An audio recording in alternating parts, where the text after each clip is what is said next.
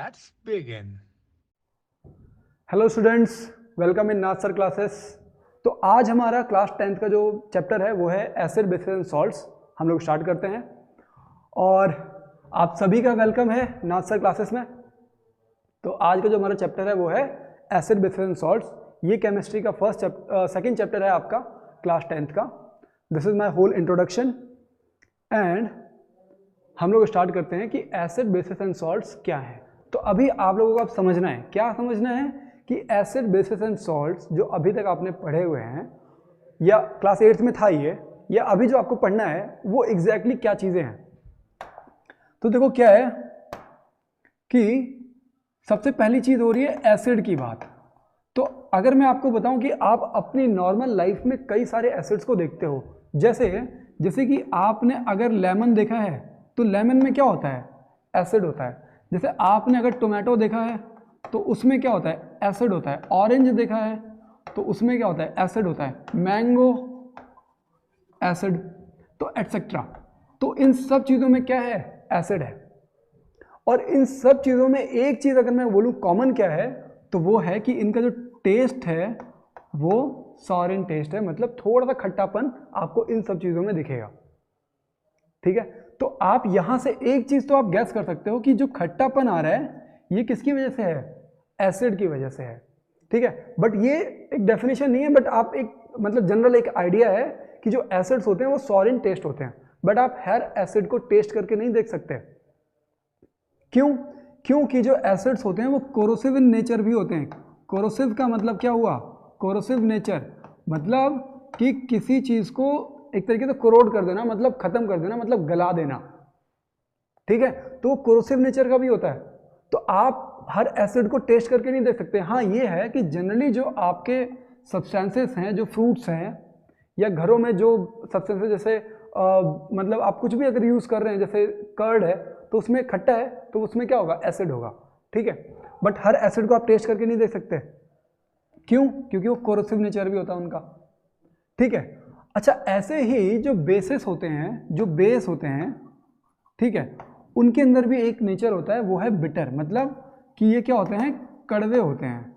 अगर आप जो बेकिंग सोडा है, बेकिंग सोडा जो जनरली घरों में मिल जाता है, अगर आप उसको टेस्ट करके देखेंगे, बेकिंग सोडा को अगर आप टेस्ट करके देखेंगे तो आपको हल्का कड़वापन वाला टेस्ट आएगा। तो जनरली जो चीज़ बिटर इन टेस्ट है, खाने में जो चीज़ें बिटर इन टेस्ट है, वो उसमें क्या चीज़ प्रेजेंट होता है, बेस प्रेजेंट होता है। बट यहाँ पे भी ध्यान रखना है कि बेसिस का भी एक नेचर होता है, वो होता है कोरोसिव नेचर। तो आप एक चीज़ बोल सकते हो कि जो नेचर वाइज जो कॉमन है वो क्या है, कोरोसिव। दोनों की दोनों चीज़ें कोरोसिव नेचर की होती हैं, चाहे वो एसिड हो चाहे वो बेस हो। अगर एसिड है तो इन जनरल मैं आपको बताता हूँ कि वो कोरोसिव नेचर होता है उसमें H+ की वजह से, और जो इसका जो कोरोसिव नेचर होता है वो OH नेगेटिव की वजह से होता है। ये चीज़ ध्यान रखना। अभी आपको हल्का फुल्का आइडिया लग रहा है कि हम लोग एसिड बेसिस एंड सॉल्ट्स जो हम लोग पढ़ रहे हैं उसमें एसिड क्या हुआ और बेस क्या हुआ। ठीक है, मतलब एक हल्का फुल्का आइडिया जो है वो आपको, हल्का फुल्का आइडिया जो है वो लग गया होगा। अब इसका मतलब देखो क्या है कि ऐसे अब आपके पास कई सब्सटेंसेस हैं, ठीक है, जो कि एसिड या फिर बेस के, मतलब एसिड या फिर बेस की कैटेगरी में आते हैं। ऐसे कई सारे सब्सटेंसेस आपके सराउंडिंग में प्रेजेंट होते हैं जिनको आप एसिड या फिर बेस बोल सकते हो।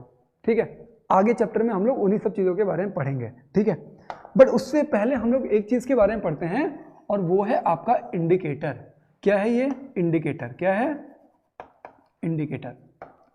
तो ये इंडिकेटर वो वाला नहीं है जो गाड़ियों में लगा होता है फॉर टर्निंग लेफ्ट, तो लेफ्ट इंडिकेटर जला दिया, राइट तो राइट इंडिकेटर जला दिया। तो वो वाले इंडिकेटर की बात नहीं कर रहे हैं हम लोग पढ़ रहे हैं केमिस्ट्री। और केमिस्ट्री में जो इंडिकेटर्स होते हैं वो आपको बताते हैं किस चीज़ के बारे में, कि कोई सब्सटेंस जो है वो एसिड है या बेस है। ठीक है, तो ऐसे सब्सटेंस जो आपको ये बताते हैं कि कोई सब्सटेंस एसिडिक है या फिर बेसिक है, उनको हम लोग बोलते हैं इंडिकेटर्स। क्या बोलते हैं, इंडिकेटर्स। और जो इंडिकेटर्स होते हैं ये दोनों होते हैं, मतलब ये नेचुरली भी एग्जिस्ट करते हैं, और ये तुम्हारा सिंथेटिक भी होते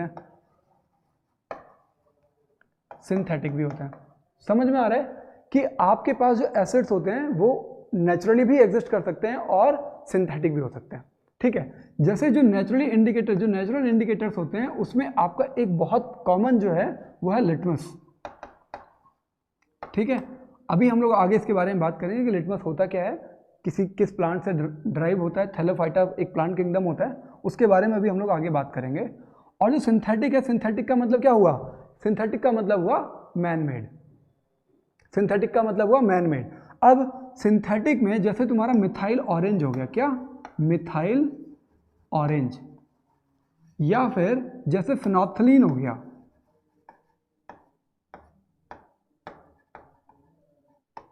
फिनोल्फथलीन जो होता है वो भी तुम्हारा क्या होता है, फिनोल्फथलीन, ये भी आपका एक सिंथेटिक इंडिकेटर है। और मिथाइल ऑरेंज जो है वो भी आपका एक सिंथेटिक सिंथेटिक इंडिकेटर है। अभी आपको ये इंडिकेटर समझ में आए कि नेचुरली मतलब जो नेचर में अपने आप ही, जैसे कुछ प्लांट हो गए या फिर ऐसा कुछ हो गया। ठीक है, नेचुरल इंडिकेटर में आपको मैं ये भी बताता हूँ कि जैसे आपके घरों में कुछ इंडिकेटर्स मिलते हैं, जैसे क्लोव हो गया, लौंग होता है ना, तो लौंग भी क्या है, एक इंडिकेटर है। ठीक है, जैसे टर्मरिक हो गया, जो आपका हल्दी हो गया टर्मरिक, वो भी क्या है, वो भी आपका एक इंडिकेटर है। जैसे आपका अनियन हो गया, ऑनियन, तो वो भी क्या हो गया, वो भी एक इंडिकेटर है, एटसेट्रा। बट आप देख सकते हो कि ये जो चीज़ें हैं ये तो नेचर में खुद ही उग रही हैं। तो ये हो गए आपके कैसे नेचुरल इंडिकेटर्स, और ये जो हैं ये आपके क्या हो गए, ये आपके हो गए सिंथेटिक इंडिकेटर्स। अभी हमने एक चीज़ बात की, अनियन की बात की और क्लोव की बात की। ठीक है, ये जो ऐसे इंडिकेटर्स हैं ये अलग और इंडिकेटर से अलग होते हैं। किस सेंस में, क्योंकि इंडिकेटर्स क्या होते हैं, जो कि अपना या तो फिर कलर चेंज कर दें, क्या, या तो आप अपना कलर चेंज कर देंगे और ऑडियोर चेंज कर देंगे, मतलब जो उनकी स्मेल है वो चेंज कर देंगे या फिर अपना कलर चेंज कर देंगे। तो बाकी रेस्ट जितने भी हैं, जैसे लिटमस हो गया, मिथाइल ऑरेंज हो गया, फिनोल्फथलीन हो गया, टर्मरिक हो गया, तो ये जो चीज़ें हैं ये अपना कलर चेंज करती हैं। कब, जब किसी एसिड या फिर किसी बेस के साथ मिक्स होंगी। और जो आपके पास एग्जाम्पल है क्लोव का मतलब लौंग, और अनियन मतलब प्याज, ये जो एग्जाम्पल्स हैं ये हैं आपके एग्जाम्पल जो कि अपनी स्मेल चेंज कर देंगे, मतलब ऑडियो जो है उनका वो चेंज हो जाएगा। ठीक है, तो अभी इतनी चीज़ें समझ में आ रही हैं। ठीक है, तो मुझे लगता है कि आपको इंडिकेटर में अब कोई प्रॉब्लम नहीं होनी चाहिए। सबसे पहले इसकी डेफिनेशन हो गई। अच्छा, अभी आपको मैं सिर्फ समझा रहा हूँ, अगर आप अभी लिखो मत, अभी सिर्फ समझो, क्योंकि लिखने वाला जो कंटेंट है वो मैंने नीचे रखा हुआ है। आपको वीडियो पॉज करनी है फिर लिखना है, अभी मैं आपको दूंगा वो सब चीज़ें। ठीक है, नेक्स्ट जो हम लोग चीज़ बात करते हैं वो है हमारा क्या, common acid and base. Common acid and base कौन कौन से हैं, जैसे कि अगर मैं सिर्फ कॉमन एसिड्स की बात करूं तो इसमें आपका मोस्ट कॉमन एसिड होता है HCl, और जो दूसरा कॉमन होता है वो होता है H2SO4। जैसे एक गाना था, कौन सा, कंसंट्रेटेड H2SO4 ने पूरा बचपन जला डाला, शायद एक मूवी है 3 इडियट्स, उसमें ये गाना था। ठीक है, तो वो क्या है, H2SO4। H2SO4 जो है थोड़ा कॉन्सेंट्रेटेड अगर फॉर्म में है ये H2SO4, तो ये बहुत ज़्यादा डेंजरस होता है। सेम HCl जो है ये भी बहुत ज़्यादा डेंजरस होता है, इतना डेंजरस होता है कि ये किसी चीज़ को बर्न करने के लिए सफिशिएंट है। आप अगर किसी मेटल बॉडी पे डालोगे ना कॉन्सेंट्रेटेड HCl या फिर H2SO4, मेटालिक बॉडी को भी ये क्या करेगा, कोरोड कर देगा, मतलब बहुत कोरोसिव नेचर का होता है। ठीक है, अगर आप इसको किसी लकड़ी पे डालोगे तो वो लकड़ी को भी क्या कर देगा, वो कोरोड करना शुरू कर देगा। आपको वहाँ पे आग लगती हुई नजर नहीं आएगी, बट वो सब्सटेंस जो है वो खत्म होता हुआ नजर आएगा आपको कहीं पे भी। तो ये जो कॉन्सेंट्रेटेड H2SO4 जो है या फिर जो कॉन्सेंट्रेटेड HCl है, ये बहुत ज़्यादा कोरोसिव नेचर के होते हैं। और अगर आपकी ये स्किन पे भी लग गए, जैसे आप मतलब कोई बॉटल में है और आप उसको रफ हैंड से ही उसको हैंडल कर रहे हो, और अगर आपकी स्किन पे लग गया ना, तो वो स्किन को वहाँ से पूरा वाइप कर देता है, वो दोबारा वो स्किन सेम वापस नहीं आ पाती है। क्यों, क्योंकि ये जो होते हैं ये DNA को भी चेंज कर देते हैं, जहाँ पे भी ये जिस भी स्किन पे ये गिरता है। ठीक है, तो इससे रिलेटेड एक मूवी भी है, छपाक करके एक मूवी बनी थी, एसिड अटैक के ऊपर वो बनाई गई है। ठीक है, तो ये बहुत ज़्यादा डेंजरस सब्सटेंस है। ठीक है, इससे जितना मतलब एक तरीके से आप जितनी दूरी बना करके रखो बहुत अच्छा है। ठीक है, और दूसरा है आपका बेस। ऐसे ही और भी एसिड्स होते हैं, जैसे तुम्हारा एसिटिक एसिड हो गया, फॉर्मिक एसिड हो गया, फिर सिट्रिक एसिड हो गया, ऑक्सैलिक एसिड हो गया। तो ऐसे कई सारे एसिड्स होते हैं, बट जो कॉमन है वो ये वाले हैं, ठीक है। और जो कॉमन बेस है उसमें आपका NaOH आता है। क्या आता है? NaOH, sodium hydroxide. क्या आता है? Sodium hydroxide. फिर दूसरा आ गया आपका पोटेशियम हाइड्रोक्साइड। एक और इसमें लिख लेते हैं हम लोग, जैसे मैग्नीशियम हाइड्रोक्साइड, MgOH का होल ट्वाइस। और भी होते हैं जैसे कैल्शियम हाइड्रोक्साइड। तो ये जो हैं ये जनरली आपके लेबोरेटरी में मिल जाएंगे। ऐसे ही एक और है जैसे CH3COOH, ये जो एसिटिक एसिड है ये भी आपको लेबोरेटरी में आराम से मिल जाएगा। तो ये कुछ common acid and common base हैं, ठीक है। और यहाँ पे अभी ज़्यादा इसमें दिमाग मत लगाओ कि यहाँ पे OH कॉमन दिख रहा है और यहाँ पे H कॉमन दिख रहा है। आगे अभी जैसे हम लोग आगे बढ़ेंगे चीज़ों को आराम से समझेंगे, इसमें कोई दिक्कत नहीं। अभी बस ये समझो कि कॉमन जो है वो कौन कौन से हैं। तो अब हम लोग आते हैं आपके लिए नोट्स पे, ठीक है। कि आपके लिए जो नोट्स है वो जो मैंने आपके लिए जो आपको ध्यान में रखना है वो ये कि अगर कोई सब्सटेंस सॉर इन टेस्ट है, मतलब कोई सब्सटेंस अगर खट्टा है या कोई सब्सटेंस अगर कड़वा है, तो जो खट्टा सब्सटेंस है वो जनरली क्या है? एसिड है। और जो कड़वा सब्सटेंस है वो जनरली बेस है। उसमें कोई बेस प्रेजेंट होगा, इस वजह से वो कड़वा है। और जो खट्टा है, जो सॉर इन टेस्ट है, वो जनरली इस वजह से होगा, कोई ना कोई उसमें एसिड प्रेजेंट होगा, ठीक है।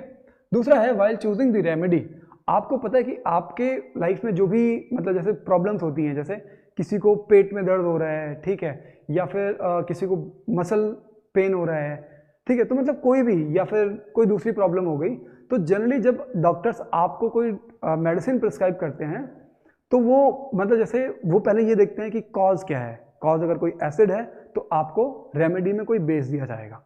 मतलब दवाइयाँ अलग अलग होती हैं बट कोई बेसिक नेचर का होगा अगर कोई एसिड आपको प्रॉब्लम कर रहा है तो, ठीक है। या फिर जैसे कभी कभी क्या होता है कि आपने एक्सेसिव कोई ऑयली सब्सटेंस खा लिया है, ठीक है, तो एसिडिटी बढ़ जाती है, तो आपको उसके लिए एंटी एसिड चाहिए होता है, मतलब बेसिक सब्सटेंस चाहिए होता है, ठीक है। तो जनरली जो रेमेडीज होती हैं वो आपकी इस चीज़ के ऊपर डिपेंड करती हैं कि जो प्रॉब्लम है वो एसिडिक है या फिर बेसिक है, ठीक है, to nullify the each effects. अब इसके बाद क्या है?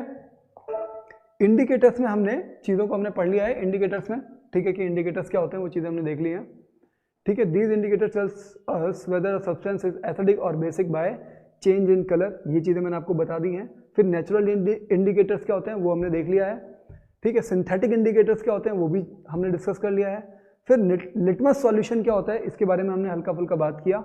और लिटमस सॉल्यूशन जो होता है उसका ओरिजिनल कलर क्या होता है? वो पर्पल कलर का होता है। कभी कभी ये क्वेश्चन जो है ये 10th में भी देखा है मैंने, 10th में भी देखा है और कॉम्पिटिटिव एग्जाम्स में भी होता है कि जो लिटमस सॉल्यूशन है उसका ओरिजिनल कलर क्या है, तो उसका ओरिजिनल कलर है पर्पल कलर, ठीक है। कहाँ से एक्सट्रैक्ट होता है? तो ये लाइकन करके एक प्लांट होता है उससे एक्सट्रैक्ट होता है। ये जो प्लांट है ये बिलोंग करता है कहाँ से? थैलोफाइटा प्लांट किंगडम से, ठीक है। ये थोड़ा सा ज़्यादा डिटेल हो गया बट आपके लोगों के लिए जितना इंपॉर्टेंट है वही चीज़ें यहाँ पे लिखी हुई हैं, ठीक है। और फिर यहाँ पे है कि जो सब्सटेंसेस जिनका ऑर्डर चेंज होता है उनको हम लोग क्या बोलते हैं? उनको बोलते हैं ऑल फैक्ट्री इंडिकेटर्स। क्या बोलते हैं उनको? All factory indicators. क्या है? ऑल फैक्ट्री इंडिकेटर्स, ठीक है। तो ऑल फैक्ट्री इंडिकेटर्स जैसे कि आपका वनीला हो गया, अनियन हो गया, क्लोव हो गया। वनीला एक प्लांट का मतलब जैसे आप खाने में भी यूज़ होता है ये, ठीक है। जैसे आपने क्या प्लांट की जो ऊपर की जो लेयर होती है ना, जिसको क्या बोलते हैं, पेड़ की छाल बोलते हैं, जो ऐसा ही होता है जो खाने में भी डलता है, उसको बोलते हैं वनीला, ठीक है। एक तरीके की बेल होती है, उसकी जब ऊपर की जो लेयर निकलती है उसको हम लोग फिर खाने के लिए यूज़ करते हैं। खाने में यूज़ करते हैं, खाने के लिए नहीं, खाने में यूज़ करते हैं for smell, fragrance, such kind of things. Next फिर हमने ये भी देख लिया था कि कौन से कॉमन लेबोरेटरी में पाए जाने वाले एसिड्स हैं, जैसे हाइड्रोक्लोरिक एसिड हो गया, सल्फ्यूरिक एसिड हो गया, फिर नाइट्रिक एसिड भी है, एसिटिक एसिड भी है, ठीक है। तो ये एसिड्स हैं कुछ जो कि आपको लेबोरेटरी में मिल जाएंगे। कुछ बेस हैं जैसे sodium hydroxide NaOH, calcium hydroxide CaOH का whole twice, potassium hydroxide KOH, magnesium hydroxide MgOH का whole twice and ammonium hydroxide which is NH4OH, ठीक है। आगे बढ़ते हैं हम लोग। ये चीज़ें आपको लिखनी है। अगर आप लोगों ने नहीं लिखी है तो जहाँ भी ऐसी चीज़ें लिखने के लिए मैं आपको बोल रहा हूँ कि ये चीज़ें आपके लिए ड्राइव की हुई हैं, वीडियो को पॉज करो, उन चीज़ों को लिख लो। क्यों? क्योंकि समझा तो मैंने दिया है पूरा, ठीक है। आगे चलते हैं, नेक्स्ट देखते हैं समझने के लिए और क्या क्या चीज़ें हमारे पास। हाँ,